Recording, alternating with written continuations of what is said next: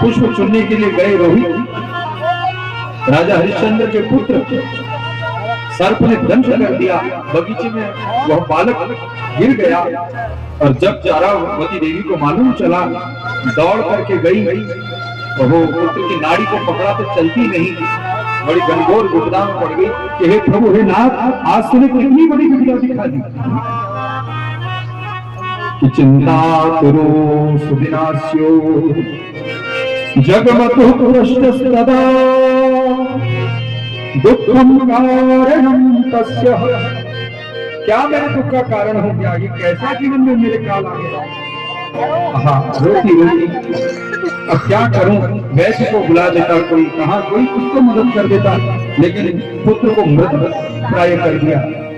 ये बालक तेरा मर गया। और जब ऐसा कहा, रुरोध करुणम दीना पुत्र शोकेन पीड़िता। पुत्र का शोक सबसे बड़ा दुखदाई हुआ। और तब रोती रोती अपने पुत्र को गोद में लेकर करके मशान क्षेत्र चली गई तारा। और जब वहां गई माताओं, वहां तो शव को जलाने का कार्य चांडाल का कृत्य कर रहे थे राजा हरिश्चंद्र, और कहा कि ये पुत्र मेरा मर गया है। और जब थोड़ी देर में रानी ने देखा, देखते देखते देखते तो स्वरूप पहचान लिया, ये कोई और नहीं तो मेरे पति हैं। पुत्र को रखकर चरणों में चली गई और कहने लगी, हे स्वामी, आज विधाता ने कैसा समय जीवन में दिखाया। पुत्र मृत शैया में है और अग्निकाश के लिए भिक्षा करती हूँ कि पुत्र को जला दो। हरिश्चंद्र ने कहा कि ना रानी, मैं बिना कर दिए यहाँ कभी किसी को जला सकता, मुझे कर देना पड़ेगा। तारा देवी ने कहा कि अरे स्वामी, ये हमारा पुत्र है, ये रोहित है। लेकिन हरिश्चंद्र ने कहा ना, पुत्र बाद में है, पहले मेरा कर्तव्य है, मेरा कर्म है। ये परीक्षा ली, भक्ति की परीक्षा होती माता।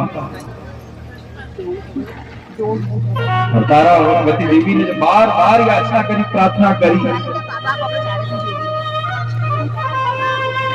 हरिश्चंद्र जी महाराज नहीं माने तो तारा देवी ने अपना आंचल फाड़ दिया कर के रूप में।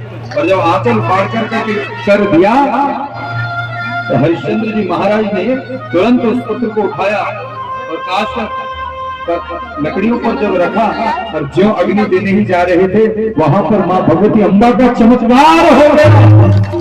सत्य से रीत कर आज साक्षात अम्बा प्रकट हो गई, विश्वामित्र जी महाराज प्रकट हो गए, वो मशान क्षेत्र अदृश्य हो गया।